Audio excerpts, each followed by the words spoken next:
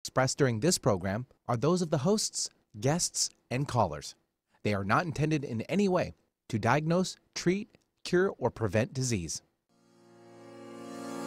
Welcome to Weight Loss Conversations, brought to you by Three.health Medical Weight Loss Solutions. Your hosts, Bradley Butterfield, Marlene Sexton, and Brandy Wiltermuth, have over 30 years' experience treating health issues associated with excess body weight. Get ready for an in-depth, honest discussion about weight loss and your health. Be sure to visit our website at Three.health. That's THREE.health.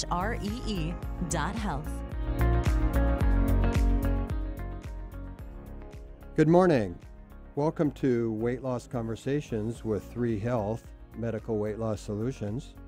I'm Brad Butterfield, the Executive Director and a practicing psychotherapist with Three.health. And with me this morning are my two partners, Brandy Wiltermuth, our Medical Director, and Marlene Sexton, our Director of Therapy. Last week, we stated that the topic of this week's conversation was going to be New Year's resolutions, the myth of willpower, motivation, and sustainable change. Brandy, Marlene, what are your thoughts this morning? Good morning. I wanted to make sure we introduce Alexis, Hey, I'm here too. Hi, Alexis. the glue that keeps Yes, it she all is the glue. together. Yeah. So Alexis is our assistant, and she's here to help us stay on track and maybe make some comments. And we are inviting her in. So I'll be the peanut gallery. love Great. Yes, you're welcome. it. So I think talking about resolutions versus intentions is maybe something we should start with because language is so important, right? Yeah. Language really does matter, what we tell ourselves and how we look at things. Resolution is kind of a finite word that doesn't leave a lot of wiggle room for learning and mistakes, which is actually how we learn. So I do prefer the word intention or even goal setting. And asking, did any of you make any goals for the new year? Oh, I've made a bunch. My one goal for sure is to not get norovirus over Christmas again. That's a good goal. Yeah, I started my fasting early.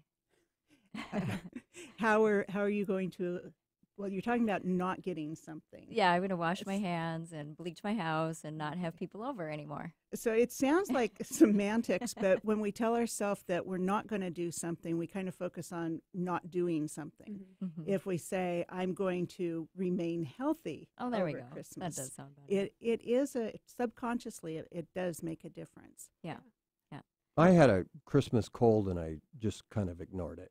Oh, Well, So that was, and I think I'm you still sitting have it. between the two of you, Yeah. so hi, Marlene. I'm glad we're all here together. I'm better. It's just, How are you feeling, Alexis? I'm okay. she got it too. Yeah, I got it She too. came over Not as and shared bad. our family illness. Oh, and- wow. The next day here just Yeah. runs Okay. rampant through the entire house. Okay, well, good to know. So we overate, but then, took care of itself.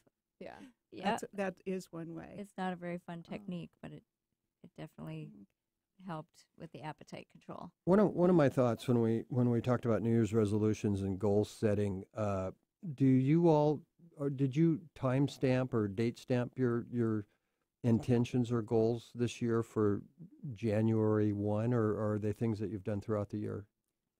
Well, one of my goals for this year, which I had for last year too, and I'm just not done with it, is getting more organized and going through closets and getting rid of things that when I open a closet door and I think I get overwhelmed, I've decided then it has to go. Something has to be done. So it's taken a while. We haven't moved for 9 years, and things accumulate after. So, Marlene, do you put a definite start time on things like that, or do you just dig in?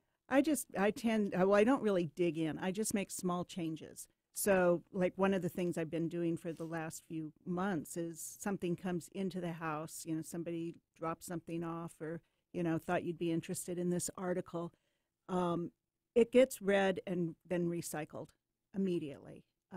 If I open a drawer and see something in there that can be fixed later, it goes. If it was going to get fixed, it would have been fixed by now. So I stopped saving things for later. And I've just been doing it for the last few months. I really think of that saying, slow and steady. And, setting just small goals. Some days I'll just clean out one desk drawer. I know a couple people who make a goal each month, and their goal is specifically to get rid of a certain amount of items. So each day they say, I'm going to get rid of 1 or 2 or 5 items, whatever it may be, to help declutter, organize their house again. That's like a movement right now, decluttering. Yeah. I just move every 3 years. Works pretty good. Yeah. I know my daughter's in the fashion industry, and she says that every time she buys something new, something's got to go out. Yeah. So They have limited space. yeah. Yeah, and when we do have clutter, it does impact us emotionally. It's chaotic. And it's one of the things with resolutions is that people often say, starting tomorrow, I'm going to cut out sugar, or I'm going to get fit.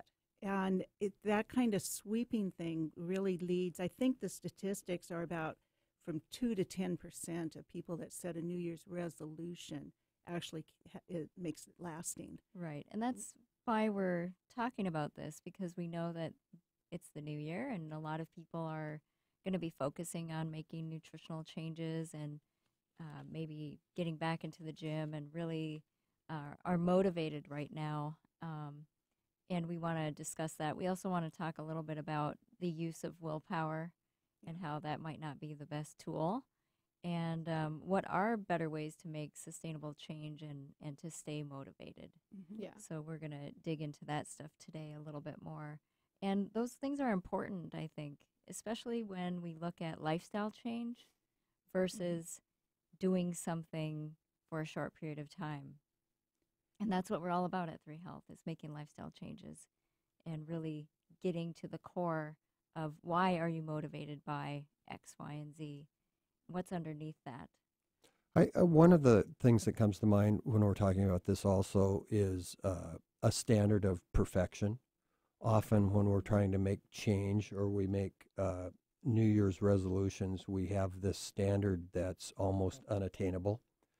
And so when we start something, if we don't do it perfectly or we don't sustain it perfectly, we stop or we quit. That's why I like Marlene's goal is continuing from last year, and we can do that. We don't have to be so rigid. Sure. Yeah, it really is important to have your goal and be clear on what your goal is, but to chunk it down to where it's a small manageable step that leads to the next step.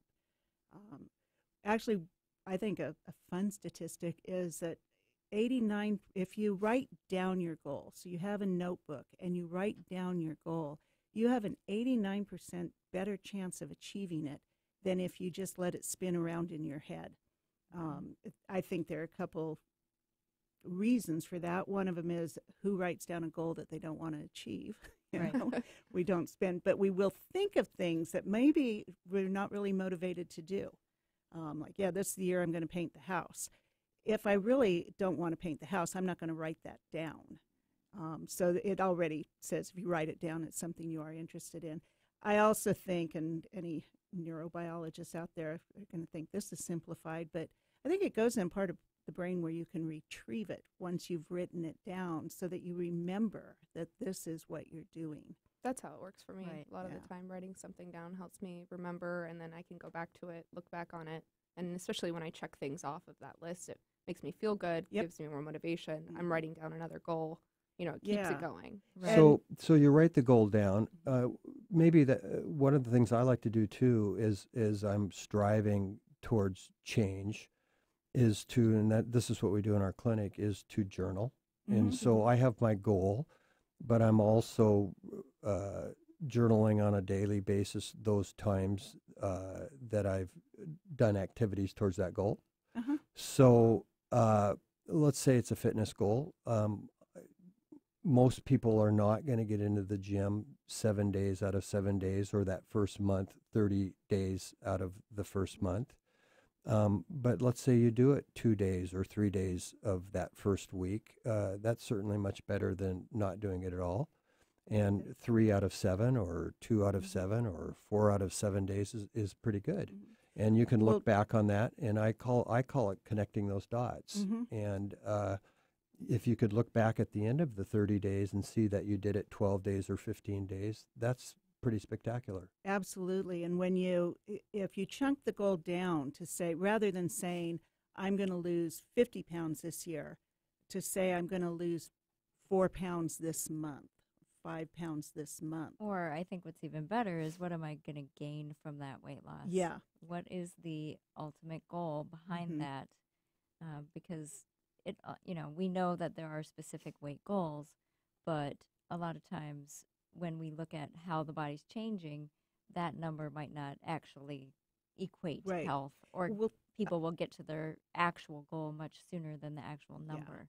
I think maybe, starting with that what is your motivation for doing this, and to really look at it, that say you want to lose 50 pounds because you want to be more active. Right. And what does achieving the weight goal mean to you? Yeah. Instead of, So those I are just want to get to a number. those are motivations Mhm. that you're writing down to hit that goal, Right. Yeah. rather than just it being a number. Right. Right. Yeah. And Okay. what difference would it make Mhm. when Why? you do achieve The why. that? Yeah. Okay. The why is a lot more important. Which Yeah. is nice, I think, that we use our 10 reasons why I want to lose weight, which can be kind of a simple task that people do. But if you look at filling that out and completing it every 3 months for 2 years, that is a pretty amazing, written testimony to how things have changed over that time frame. And often the goals that people start with are far different than the goals that they have by the end of that process, because they evaluate them and maybe get a little more finite. But I think also it does get away from just the numbers. It gets into what it means for them. And often if when you're achieving those goals, they become habit. Right. And now you can add more. So to say, I want to lose weight to be more active, and then taking that down another level, I want to be able to play with my children or grandchildren. So I'd like to take a break. We're 15 minutes after the hour. And when we come back, I'd like to pick up the topic of willpower. Sure. Okay? So let's take a break, and we'll come back in a couple minutes. Okay.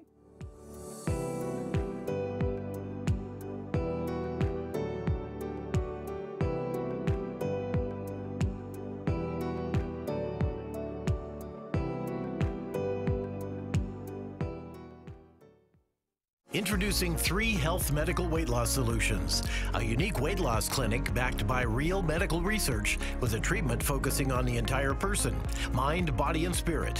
From medical services for obesity and high blood pressure to behavioral services for emotional eating and depression, Three.health Medical Weight Loss Solutions can help you change your relationship with food, your relationship with yourself, and with life. Find out more, 425-606-0022. Or online at 3.health. That's 3.health. The stigma of addiction is destroying lives across the country, preventing our loved ones from getting the help they need. We are Shatterproof, a national nonprofit dedicated to ending the stigma and devastation addiction causes families. We are changing laws, creating a community of support, and providing evidence-based resources for prevention, treatment, and recovery. Stigma shatters lives. Rise up against addiction now so another life isn't lost. Get involved at shatterproof.org/riseup. Alternative Talk 1150. We're on your radio at 1150 a.m. We're on your HD radio at 98.9 Channel 3. So many ways to listen. We're on the web at 1150kknw.com, streaming live audio and video as well as MP3 archives of many of our shows. So many ways to listen. And now, we're on your smartphone or tablet. Download our free app in the Apple App Store or Google Play and take Alternative Talk 1150 anywhere you go. So many ways to listen. Finding and achieving your ideal weight is difficult. Diet and exercise choices are overwhelming. Sometimes it's just easier to quit before even starting. Bradley Butterfield, Marlene Sexton, and Brandy Wiltermuth, with a total 30 years treating body weight issues, host a show to tackle myths and promote success. Tune in for Weight Loss Conversations, brought to you by Three.health Medical Weight Loss Solutions, Mondays at 8 a.m. That's Mondays at 8 a.m. Alternative Talk 1150. Local talk for the body, mind, and soul.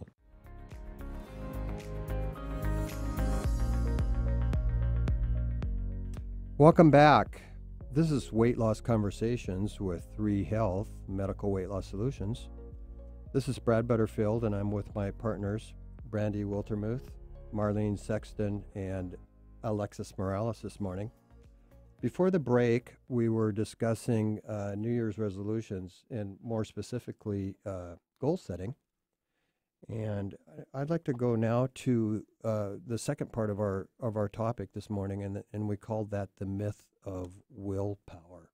Let's talk a little bit about willpower. I think one of the primary elements of willpower is energy. And Marlene, you and I have talked quite a bit about energy around willpower. I'm a great believer that you need energy if you're going to use willpower at all. In fact, often I will say to my patients, don't use willpower. It's a waste of your time. I personally use willpower. I can, if I'm going to, in the morning when I am rested and maybe had a workout and I have some good energy, I may call on willpower once during the day. Yeah, willpower is, I call it a finite resource. You run out, it's energy. And when you're battling with, should I have that, shouldn't I have that, you're using that energy, and eventually it's going to run out, and you're not going to, it's hard to resource it if you're under stress or you've had a long day or there's something really tempting right in front of you that even uses more energy. So it's, we're at that time of year, we're at New Year's, and it's January. It's dark, wet, and cold outside. It's in the evening, and you've got some really bad choices in your kitchen, and you're tired, and you're having that willpower conversation 6, 7, 8, 9 times in your home late at night, and you're fatigued, you have no energy, and you're trying to use willpower to stay away from the bad food choice. Yeah, it's really not a reliable source at that point. May I suggest that you create an environment where you don't have those choices? Okay. I think that's a really good strategy. It's so that you're not having to make choices all day long. So that's throwing out the dessert in the morning Sure. when you have That's when it works for me. Yeah. And Brandy, we were talking driving down here this morning about whether you're a weak-willed person in these food choices, and over all of these years and in the hundreds, if not thousands, of patients that I've worked with, they're not weak-willed people. Not at all. They're very successful and have achieved most of the goals that they set to, and understand that that's a process and have grace with themselves. Okay. And I'm not sure why, when it comes to this particular issue, that very intelligent and very achievable kinds of, or people that have achieved a lot of success, tend to make this the absolute. That it has to have all these rules around it, and it's all or nothing. And it's the diet industry teaches people that at a very early age. Yeah, they do. You're either on a diet or off a diet. Okay. And if we make a lifestyle out of the way that we eat, then it's not a diet. In fact, we don't really use that word. We talk about nutritional plans and eating plans. Okay. I mean, in the most technical sense, I guess a diet is just the food that you eat. So if we're calling on willpower late at night, low energy, we self-denigrate and we shame ourselves, and we use poor language, very little grace and mercy for ourselves. Right. Yeah. Which just creates more problems, actually. Yeah, it does. Yeah, it feeds into that cycle of yo-yo dieting and self-esteem and self-worth, all of that. So rather than using willpower, it's connecting to your motivation. Right. Why are you wanting to do this? And to look at it. What are the reasons?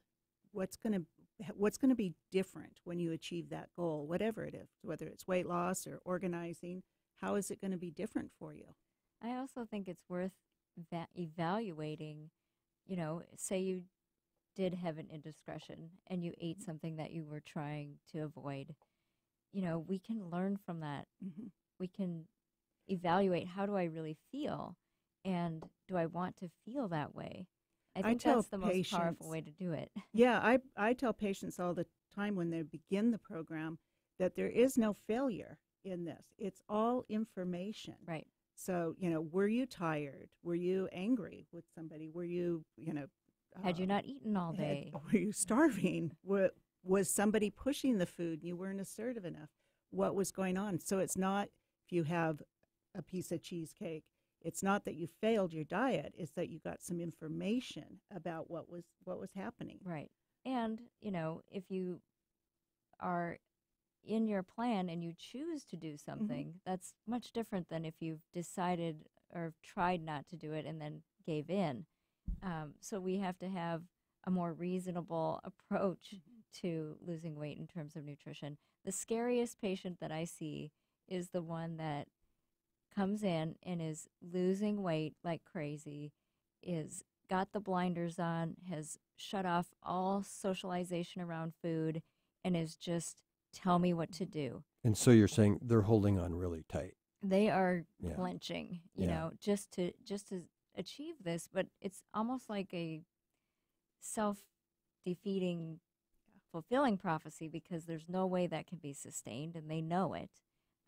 But for some reason, they think it's going to be different. That is the hardest, because I know what's going to happen. The other shoe is going to drop, and it's going to be disaster, and then they're really going to need you, psychotherapist. Yeah, as a psychotherapist, we like to say that word real quickly together, because I'm not a psychotherapist.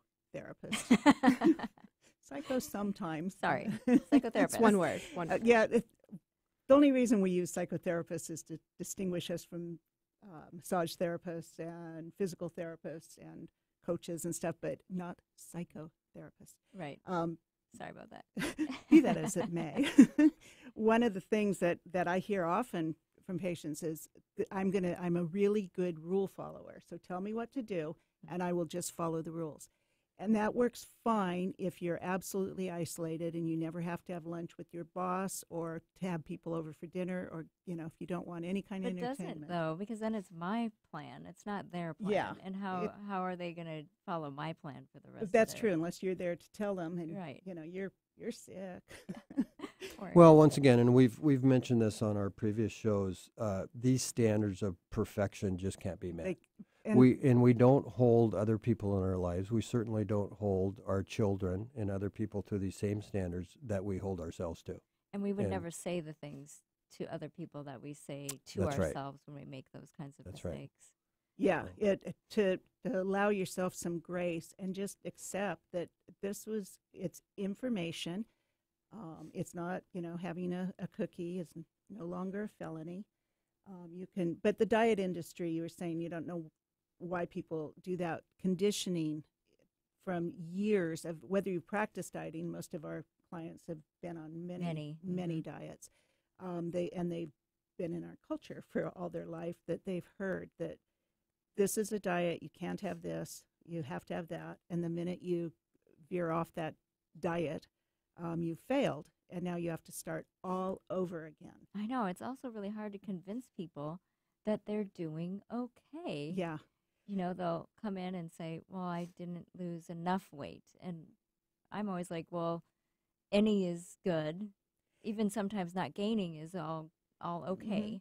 And it occurs to me this is another reason why we do encourage our patients to journal, because if they do look at the one cookie or the cheesecake, but look at what you've done. 80% of all the other stuff was previously, and give yourself some credit. And actually look at it and look how well you've done with, as you say, Brandy, maybe 80 or even 90% of the previous entries that you've had. Right, you've they done get wonderful. hung up on the one thing that they didn't do well. But that's our nature. We do get hung up on the one negative. We do that by nature often. Well, I think it's a survival technique, but it doesn't always work. You know, it's one thing if you're, you know, looking at, well, this last time I did this, I almost died, so I'm not going to do it again. Right. And having a cookie, you didn't almost die, So, but we focus on the negative, but we can change that, and we need to change that and start seeing some of our positives. You mean being aware of the mistakes that we made that were almost deadly?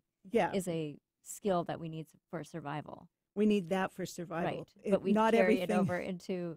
We carry it over into having a cookie that, Yeah. oh my God, I failed at that. And we forget all the positives.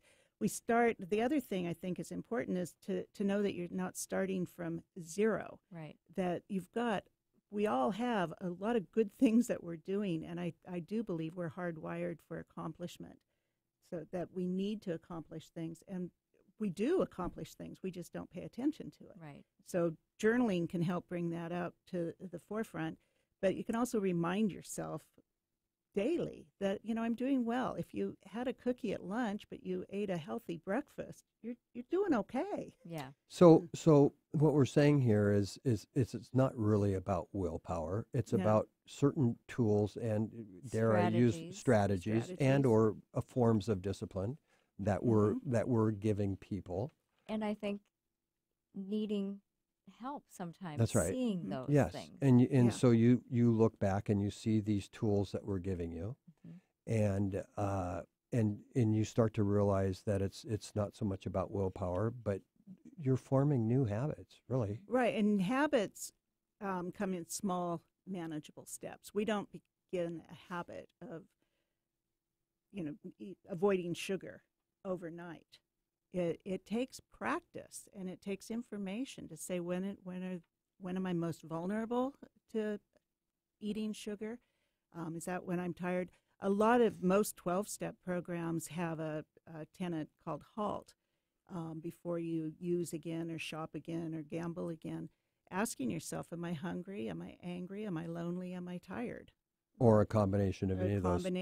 I often use that with patients and use it in my own life. I really do like that. So once again, hungry, angry, lonely, tired. Spells HALT. Yep. And those are good questions to ask yourself if you're feeling really vulnerable. Because there are strategies for all of those things. Hungry is actually eating. That's a strategy for when you're hungry. And diets often teach us, most commercial diets teach us less calories.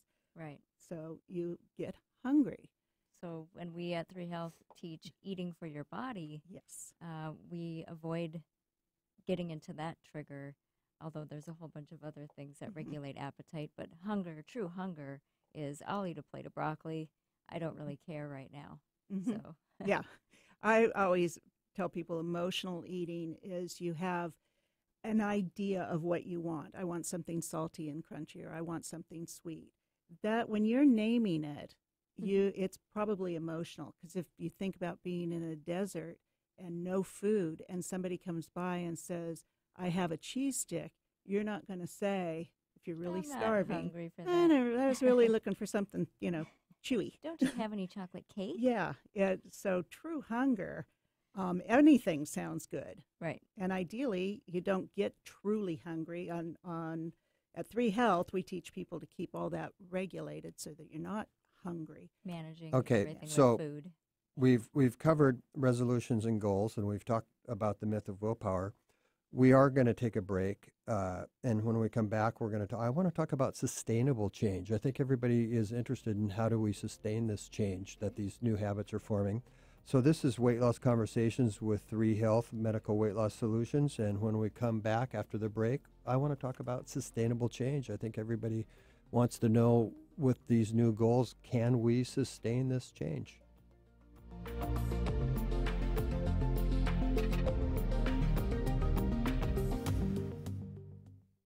With decades of experience helping patients change their lives, 3.health Weight Loss Solutions can help you too. At 3.health, we provide proven and science-based solutions for realistic, achievable, and sustainable results. We're unique, just like you, and the relationships you have with food and yourself. Find out how we treat obesity, depression, high cholesterol, and more. Just give us a call and change your life today. 425-606-0022. Or visit us online at 3.health. That's THREE.health. Do you make a positive difference in the world? Do you have a talent, philosophy, base of knowledge, product, or service that you know could help a lot of people if only you could reach them? Join Alternative Talk 1150's family of broadcasters and start walking down a fruitful path. As host of your very own program, dial 425-653-1150 and find out just how affordable it can be to have a show on 1150 AM. That's 425-653-1150. Alternative Talk, we have an opportunity waiting just for you. Finding and achieving your ideal weight is difficult. Diet and exercise choices are overwhelming. Sometimes it's just easier to quit before even starting. Bradley Butterfield, Marlene Sexton, and Brandy Wiltermuth, with a total 30 years treating body weight issues, host a show to tackle myths and promote success. Tune in for Weight Loss Conversations, brought to you by Three.health Medical Weight Loss Solutions, Mondays at 8 a.m. That's Mondays at 8 a.m. Imagine being fired because of who you love. Imagine being denied medical treatment because of who you marry. Imagine being evicted because of who you are. Millions of Americans don't have to imagine this. They have to live it. Because in 31 states, it's legal to discriminate against LGBT people. Get the facts at beyondido.org. Brought to you by the Gill Foundation and the Ad Council. Alternative Talk 1150. Talk radio for the body, mind, and soul.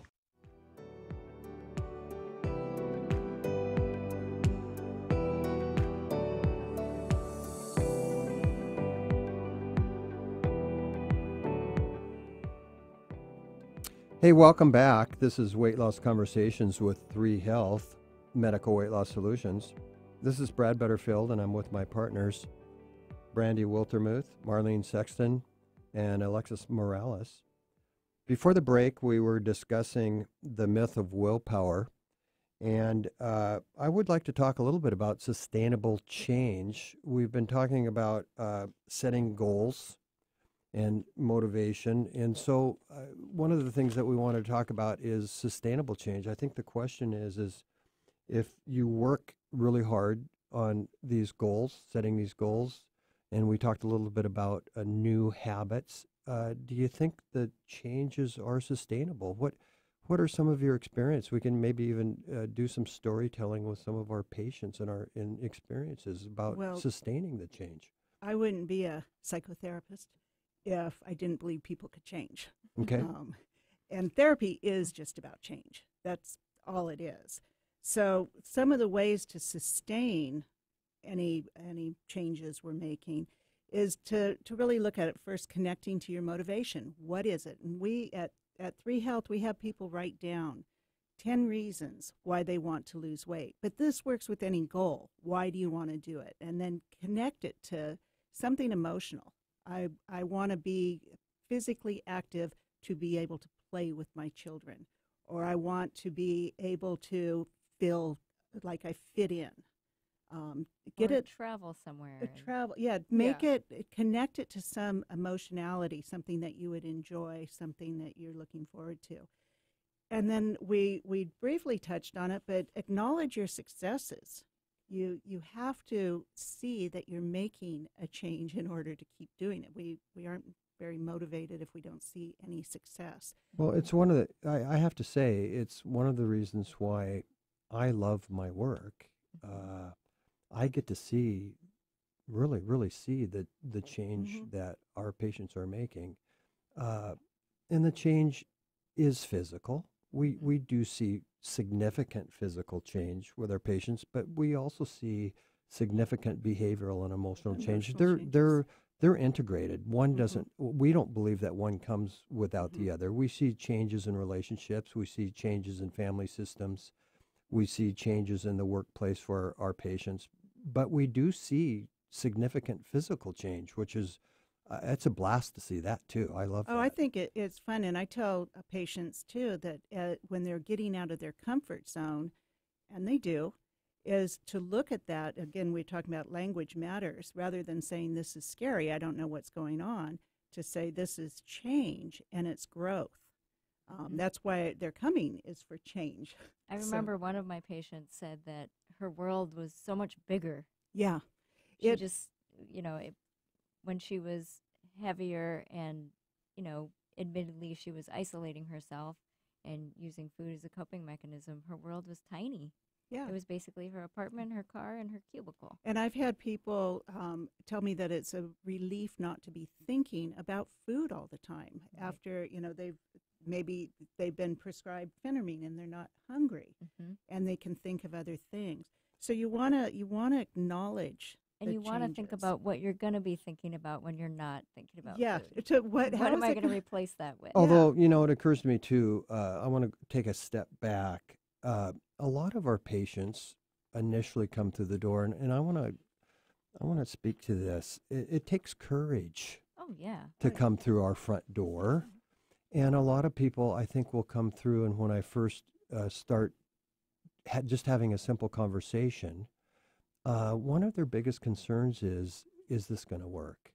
Oh, yeah. Because they've tried lots of things before, and they would say that they failed, and they haven't changed. It hasn't worked. And they would say that they failed. And what I would say is that they have accumulated a ton of knowledge about what did work. They also know what didn't work, and we have to understand what worked and build on that. Yeah, we'll do more of what works and less of what doesn't. Okay, so one of my overwhelming thoughts, Brandy, you and I had this conversation, I think, about a week ago.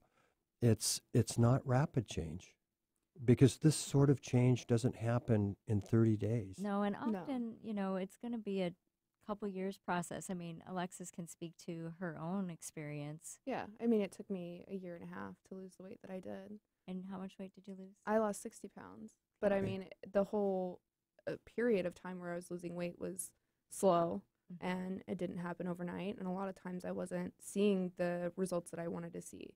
And now looking back, would you say that the physical changes that you had were motivating you to keep going? Yeah. I mean, like you said, it's scary to start, and I was scared to ask Brandy for help in the beginning. But it was very specific moment for me at 30 days when I realized, like, I can do this. It wasn't difficult like previous diets were. And did you find that your head had to kind of catch up with your body a lot of times? Like, because I remember you wearing really baggy scrubs and stuff, and I would be like, hey, are you going to get some smaller clothes? And you're like, well, I haven't lost any weight. And I'm like, well, your clothes are falling off, so something's happening. That was hard to accept. But, working with the therapist and going through the psychotherapist and that seems to be a sub-theme this morning. I think self-talk and positive thinking made a huge difference. And that didn't only make a difference on my weight and how I looked at myself, but it made a lot of differences in my overall life. Right. Some of the decisions that I made were better, and the outcomes were a lot better. Right. And so Brandy, you used a word a minute ago that I want to pull up. You used the word diet. And I think that's a word that we're trying not to use in our practice, because diet has a connotation of restriction. Yeah, it does. Of restriction. Yeah. It I don't know. In my head, I just can't separate it. I know. But it also has a connotation of something that's rapid, something that's quick. Well, that's something that's from unusual. From a medical perspective, people go on a renal diet. Yes. They go on a phosphorus-free diet or a lactose-free. But you have a different philosophy. You have we talked about that this morning. It's a nutrition plan or an eating plan. Right. And when I say diet, in my mind I think the foods that you're eating. Right. That's all I think. That's what I think about. Diet is just what I'm eating. But when we have to be careful when we're talking about weight loss plans and nutrition plans, that it's not a diet that we're talking about, because it really is just a lifestyle of eating. Because we were talking, the theme here is sustainable change, and we don't think that diets in the popular term are sustainable. Isn't that correct? Well, they're not. There are 95% of people that go on a diet, like a verb, diet, gain it back. Yeah. And what we want people to do, and I've said this before, it sounds like a goofy business plan. We want to see them and get them where they want to be, and then not see them again. Right. So, Alexis, when you say you've taken a year and a half, 18 months to lose and sustain, 60 pounds of weight loss, and I've watched you do this. You really have sustained it. That really hasn't been on a diet. It's learned a new way of eating. No, absolutely. A new lifestyle. And so to I speak. don't feel restricted. I think that's something that we focus on at 3.health is not ensuring that patients don't ever feel restricted, that they can't have something. That's where these traditional diets, as they say, are where they focus on is restriction, what you can't do, what you can't have. And that negative thinking just feeds into, well, I'm going to fail at some point because I can't have it. A commercial diet does, like they'll talk about a substitute for something. So if you want something crunchy, have celery instead of chips. Well, that's not going to meet whatever the need is. I know there's probably not a physical need for chips, but there could be an emotional need for them. If you were anger. Yeah, it could be suppressed anger.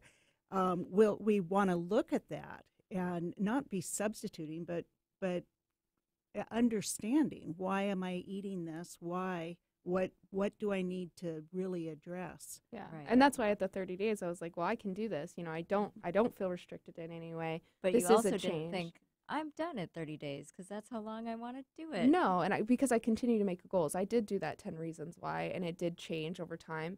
And as I met certain goals, it meant that my original goals had been met, and then I had made new goals for myself. Kind of kick the motivational can down the road. Yeah. And that is still like ongoing. There's still goals that I want to reach and aspirations that I want to achieve, and you know those are important to me. And it's important to me that I've been able to sustain the weight loss that I have, because even if I don't lose weight right this second, or I don't meet my goals right this second, I've been successful overall. And you have the confidence that you can do it. Yeah. And that's part of the sustainability, is looking at those successes and making small changes that you can see success and build a habit from it. So it occurs to me that with sustainable change in these goals that we initially set, maybe the time stamp and the goals have a tendency to move or change a little bit over the time. And they look different. With our program that is 21 months or 24 months, we obviously understand that this is not going to be an overnight process. And so we have built that into our program to help people understand that this is going to be a little while. Even if physically you lose weight fast, you still have to give your body and your mind time to catch up with everything. Well, and I think if people really look at it, they'll see that they've dieted on and off. I've got friends that have been dieting. I think I've mentioned this last time. I went to my high school reunion and talked to somebody who's been in Weight Watchers for almost 50 years. Wow. Over and over and over. And people, when we ask them, when did weight become an issue for you, they talk about dieting for 30 years. So taking 2 years to not do it again, I think, is a good trade-off. Okay. Yeah. And that truly is sustainable change. Yeah. Creating a lifestyle. Okay, we're going to take a break. This is Weight Loss Conversations with 3.health Medical Weight Loss Solutions.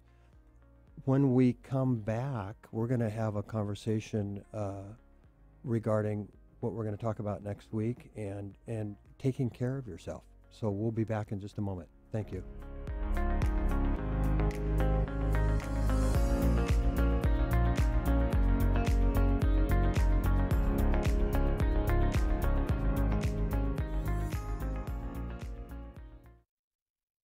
Even though there's an empty seat, our son will always have a place at our table. Even though the holidays will never be the same, my sister will always have a place in our family. Even though life goes on, my mom will always have a place in my heart. For victims of drunk and drug driving, our grief is unique. But you are not alone. You always have a place at MAD. Call our 24-hour victim helpline at 877-MAD-HELP or visit mad.org. Introducing Three.health Medical Weight Loss Solutions, a unique weight loss clinic backed by real medical research with a treatment focusing on the entire person, mind, body, and spirit. From medical services for obesity and high blood pressure to behavioral services for emotional eating and depression, Three.health Medical Weight Loss Solutions can help you change your relationship with food, your relationship with yourself, and with life.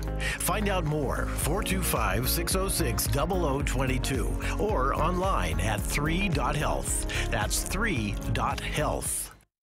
Alternative Talk 1150 is your sports organization's safe bet when it comes to airing your team's games. Our players are all seasoned professionals when it comes to sports programming. Imagine your games being heard on local radio. Your team deserves the MVP treatment. Call 425-653-1150 today to learn how affordable and fun it is to broadcast your games on the radio. Call 425-653-1150 and make your next season something special. That's 425-653-1150.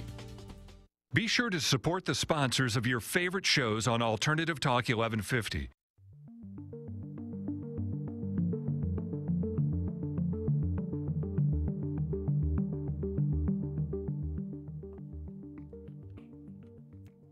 Welcome back. This is Weight Loss Conversations with Three.health, Medical Weight Loss Solutions. This is Brad Butterfield, and I'm with my partners, Brandy Wiltermuth, Marlene Sexton, and Alexis Morales. Before the break, we've been discussing this week's topics, which were New Year's resolutions, the myth of willpower, motivation, and sustainable change. And what I'd like to do now is talk a little bit about where we're going to go next Monday morning. And next week, we want to talk about self-care, boundaries, and limits. So, Brandy, what are you thinking about self-care, boundaries, and limits? I think a lot of what we do at Three.health boils down to self-care, actually. I mean, even something as simple as I didn't have time to bring lunch. I didn't make a plan for that. Ultimately, it sounds like you're busy and life is hectic and that, but it ultimately is, I don't think about feeding myself, which, I lived in a delusional state for a long time where every day I'd leave the house and think, oh, I'm not hungry now, so I'll be fine. And I've done that where I think, well, I'll just grab something at work, knowing intellectually that all that was at work was a vending machine with pretzels in it. Right. And so, I did that for a lot of years, and I would end up eating things like, the ham sandwich at the nursing home, which was less than appealing, So I had to make a conscious effort that I know I'm going to get hungry. I might not be hungry right now, but it's going to happen sometime during the day, and I want to make a good choice. So I'm going to take care of myself and my body by being prepared and getting something that I know is going to be on my plan, and that's going to make me feel better, not worse. One of the things I want to talk about next week are I work with female patients who are moms. They take care of their children, and they often will have partners or spouses, and that may be in some ways job number 2. Yeah. And they may work outside the home. That may be job number 3. And they are elderly parents, and elderly parents may be job number 4, and then they're sort of take the lead on taking care of the home. That's job number 5. And then we get around to what you're calling self-care, and that may put themselves in at best the 6th position. And so one of our greatest challenges is, how do they build a boundary around some time during the day for their own self-care? And this is a huge challenge for a lot of my patients. I struggle with it. Yeah. I think we all do. It's yes. And the hard part is that I have been good at creating some boundaries, and then something happens, and so I'm not very adaptable because I'm kind of a structured person. I'm a little anal, to be honest, when it comes to how I want my day to go. So I'm forcing myself to have to be flexible to find a new solution. And it's not that I don't value what my goal is. I don't think most people don't value themselves and their goal. It's just easier to let other things take priority, because it's kind of like if you're away from work for 14 days and you come back, it's going to be pretty hellish when you get back. So it's maybe sometimes easier to take care of it. We delude ourselves, and I do this myself, by saying it's easier. I'll start taking on tasks going, it's just easier if I do it myself. And I hear a lot of our patients saying, it's just easier if I do it. And I believe that that's delusional. It's not easier. It's easier for everybody else if you do it, but it's not. In the big picture, it's leading to an unhealthy lifestyle, maybe some self-worth issues, maybe even some depression. And so we break that myth too. Well, one of the other, I listed 5 areas where someone may be a caregiver for 5 different groups of people. And the question I often ask is, how is the caregiver going to be at their best if they're not taking care of themselves? And eventually what happens is caregiving becomes really perfunctory. There is no compassion, and you really do get burned out. So you're not even, by not taking care of yourself, you're not even being eventually you're not even being a good caregiver. Well, and we want to take it to where you can be a caregiver and you're taking care of yourself and not feeling guilty for taking care of yourself. I know many women feel guilty if they, when I say you have to put yourself on the front burner, you have to take care of you first, their first reaction is, I would feel so guilty telling people no.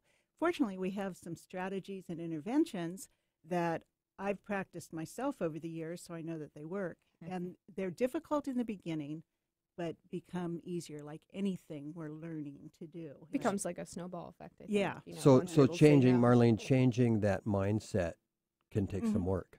Yeah, but one of my favorite quotes, and I just saw it on Facebook one day, is being overweight is hard, losing weight is hard, choose your hard.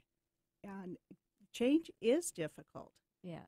But it can lead to really good things. Especially when it's conscious. You're making a conscious change. I want to be more active. I want to be fit. I want to have more time.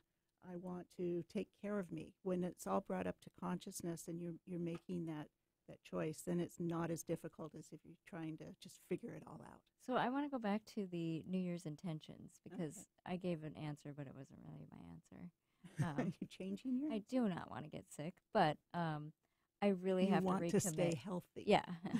Right. I'll get there, Marlene. Okay. But I really need to and want to recommit to better physical activity this year. That's on the top of my list. And so that will take time management. It'll probably take assertiveness. It's going to take some boundary setting. And I want you guys to check up on me. Okay. So having a buddy system does work. Yeah. To that accountability, I think.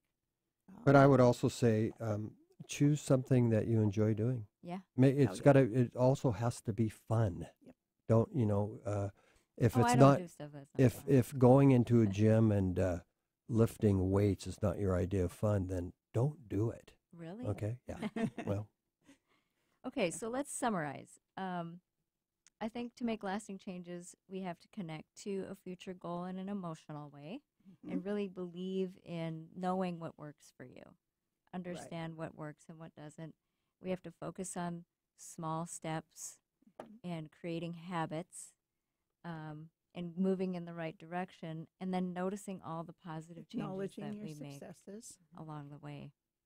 I think for people to remember it's an evolution, not a revolution. Right. And if you are struggling with doing those things, come and see us at 3.health. We can help you. All right, and before we go, you guys, I want to make sure that you guys have some of our contact info for next week when we discuss self-care, boundaries, and limits.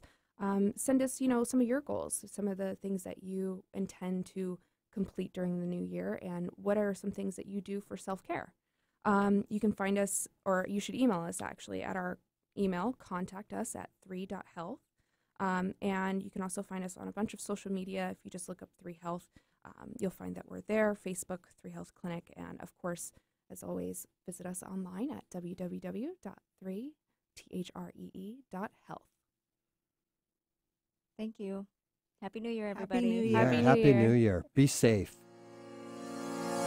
Thanks for listening to Weight Loss Conversations, brought to you by 3.health Medical Weight Loss Solutions. We love hearing from our audience, so be sure to drop us a note. We so appreciate when you tell family and friends about our program. Also, don't forget that our past programs are found at 1150kknw.com. That's 1150kknw.com. Have a wonderful week and tune in next Monday at 8 a.m. That's 8 a.m. Monday. Be sure to visit our website at 3.health. That's THREE.health.